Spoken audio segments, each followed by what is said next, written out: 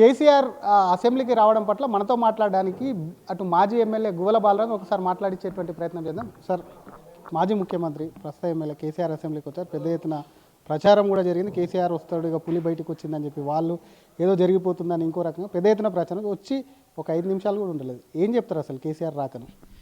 అందుకే దయచేసి మన్నించాలని నేను జనరల్గా మీడియాను కానీ మిగతా వాళ్ళని కూడా అనవసరంగా మాట్లాడాను. కానీ ఈరోజు మీడియాకు ఎందుకంటే మాకెంత బాధ్యత ఉందో అంతే స్థాయిలో మీడియా కూడా తన వంతు పాత్ర పోషిస్తుంది సమాజంలో. అయితే ఏమవుతుంది అంటే ఈరోజు ప్రజలకు ఏం అవసరమో దానిపైన చర్చ కంటే ఎక్కువ మీరు ఏదైనా టెలికాస్ట్ చేయగానే మీ క్రెడిబిలిటీని బట్టి ప్రజలు ఏమో వార్త అని చూస్తూ ఉంటారు. వార్తలు ఏమవుతున్నాయి?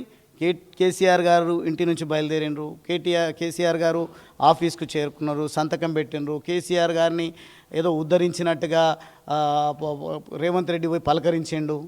ఇవన్నీ కావాల్సింది ప్రజలకు కావాల్సింది చాలా స్పష్టంగా ఉంది. ఈరోజు 10 సంవత్సరాలు అవినీతిమయమైందని రేవంత్ రెడ్డి గారే మాట్లాడుతున్నారు. బయటనేమో మా నాయకుడు చచ్చిపోవాలని శాపనార్థాలు పెడుతుండని బీఆర్ఎస్ పార్టీ మాట్లాడుతుంది. మళ్ళీ ఇక్కడ వచ్చి వాకప్ చేసిండు, రేవంత్ రెడ్డి గారు ఆరోగ్యం పట్ల విషయాలు తెలుసుకునే ప్రయత్నం చేసిండ్రు అనేది ఇంకోటి. ఇదంతా ఏదో కామెడీ లాగా ఉంది. విషయాలను తప్పుదో పట్టించడం కోసం చాలా స్పష్టంగా ఈరోజు బీఏసీలో నిర్ణయం తీసుకొని పవర్ పాయింట్ ప్రజెంటేషన్ అది అంటున్నారు కదా. నిజంగా ప్రజాక్షేత్రంలో పెట్టాలి ఇవన్నీ చర్చలు కూడా. లేదు అంటే సుదీర్ఘమైనటువంటి సమావేశాలు సభలు పెట్టి ప్రజలను భాగస్వాములను చేయాలంటే నేను అసెంబ్లీలోకి ప్రజలను పిలవండి అంటలేను, పార్లమెంట్లోకి ప్రజలను పిలవండి అంటలేను.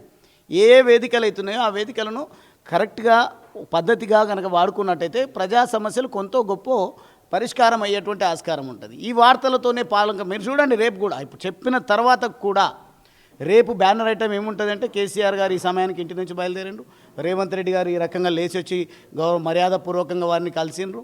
అంటే మొత్తం ఏదో సమాజానికి ఒక గొప్ప సందేశం ఇచ్చి కత్తులు పట్టుకొని కేసీఆర్ అంత పవర్ఫుల్ అని అనుకుంటుంది సమాజం గిట. సమాజం అనుకొని ఎవరైనా అనుకోండి, పవర్ఫుల్లా కాదా అనేది పవర్ ఇచ్చేది ప్రజలు. ఆ పవర్ ఎవరికి ఇవ్వాలి, ఎట్లా ఇవ్వాలనో ప్రజలు ఇచ్చిండ్రు. ఎందుకు గందరగోళానికి గురైనరు, కాంగ్రెస్కి ఇచ్చిండ్రు. ఎందుకు సమయం పట్టిందో బీఆర్ఎస్ని అర్థం చేసుకోవడానికి అక్కడ నష్టపోయినరు కొంత. ఇప్పుడు ఈరోజు ప్రజలు కొందరేమో భావోద్వేగాల పైన, కొందరేమో పోలరైజేషన్ పైన, కొందరేమో రకరకాల వెకిలి మాటలు, పనికిరాని అన్పార్లమెంటరీ లాంగ్వేజ్తోన అధికారంలోకి వచ్చిండ్రు. ఈ రకంగా ఒకరు ఆ రకంగా ఉంటే ఒకరు ఈ రకంగా ఉన్నారు. కానీ ప్రజలు తర్వాత ఏం ఆలోచిస్తున్నారంటే ఒక నిర్దిష్టమైనటువంటి ఆలోచనకు నిర్ణయానికి అయితే ప్రజలు వచ్చారు.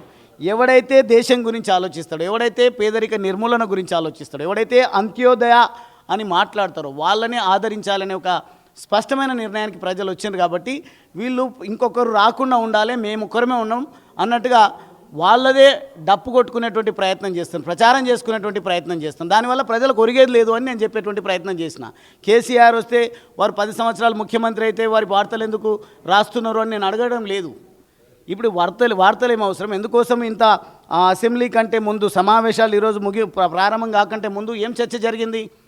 ఏం నీటి వాటాల నీటి కేటాయింపులకైనా పైన, ఈ కృష్ణా జలాలపైన 90 టీఎంసీలు ఏంది, 45 టీఎంసీలు ఏంది, కథంత ఏంది అని ప్రజలు చాలా ఈగర్గా ఎదురు చూస్తూ ఉన్నారు. ఏం జరుగుతుంది, చర్చ ఏ రకంగా పోతుందని చెప్తారు మీరు ఒక పాలమూరు బిడ్డగా. ఎందుకంటే రాజకీయ వేదిక అనేది కృష్ణా జలాల మీద మరొకసారి కేసీఆర్ తీసుకోబోతున్నారు, సభలు పెడతామంటున్నారు. ఆ జిల్లాకు సంబంధించి మీకు రైట్ ఉంది, మీకు నీళ్ళు వస్తాయి, అవన్నీ వాటికి సంబంధించి మీరేం చెప్తారు? మీ జిల్లా ముఖ్యమంత్రి ఉన్నారు, మళ్ళీ అదే చెప్తా ఉన్నాను. ఆ రోజేమో మహబూబ్ నగర్నే, పాలమూరు జిల్లానే ఎక్కువసార్లు మాట్లాడి, పాలమూరు జీవన శైలి పైననే ఎక్కువసార్లు మాట్లాడి కేసీఆర్ గారు అధికారంలోకి వచ్చారు. నిజంగా పాలమూరుకు అన్యాయం జరిగింది, సౌత్ తెలంగాణకు అన్యాయం జరిగింది, లేకుంటే ఇంకో అన్యాయం జరిగిందని విభజించి పాలించే విధంగా రేవంత్ రెడ్డి ఇంకో చర్చకు తెరలేపి మొత్తంగా ప్రజలను గందరగోళానికి గురి చేసి ఆయన కూడా అధికారంలోకి వచ్చాడు.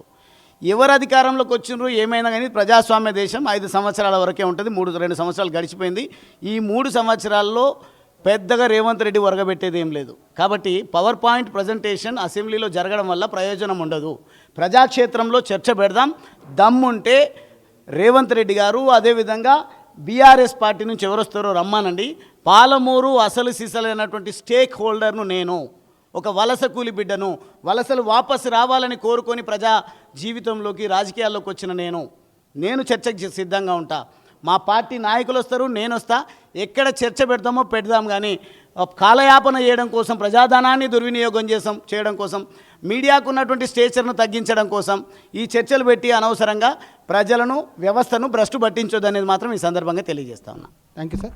ఇది అసలు కేసీఆర్కు సంబంధించి ఎందుకంత అడావిడి చేస్తున్నారు, ఆయన మీడియాను ఎందుకు అంత లేపుతుంది, ఆయనకు సంబంధించి మాత్రం అని చెప్పి అది సరికాదు అంటూనే అసలు అసలైన పాలమూరు బిడ్డ కూడా తను ప్రజాక్షేత్రంలో కూడా ప్రజెంటేషన్ ఇవ్వాలి, దానికి మేము సిద్ధంగా ఉన్నాం కాబట్టి అసలు టైం అంతా వేస్ట్ చేసి అసెంబ్లీలో అనవసరమైనటువంటి చర్చ పెట్టదు, ప్రజాక్షేత్రంలోకి వస్తే మేము కూడా వస్తాం, తమ పార్టీ నేతలు వస్తారు కాబట్టి డెఫినెట్గా కూడా దానికి సంబంధించి కూడా ప్రజెంటేషన్లో తేల్చుకుందాం రండి అని చెప్పి అటు మాజీ ఎమ్మెల్యే బీజేపీ నేత గువ్వల బాలరాజు అంటున్నారు. కెమెరామెన్ గజపతో శ్రీధర్, RTV, హైదరాబాద్. చరిత్ర సృష్టించినోడు ఇప్పుడు ఆ చరిత్రని తిరగరాయబోతున్నాడు.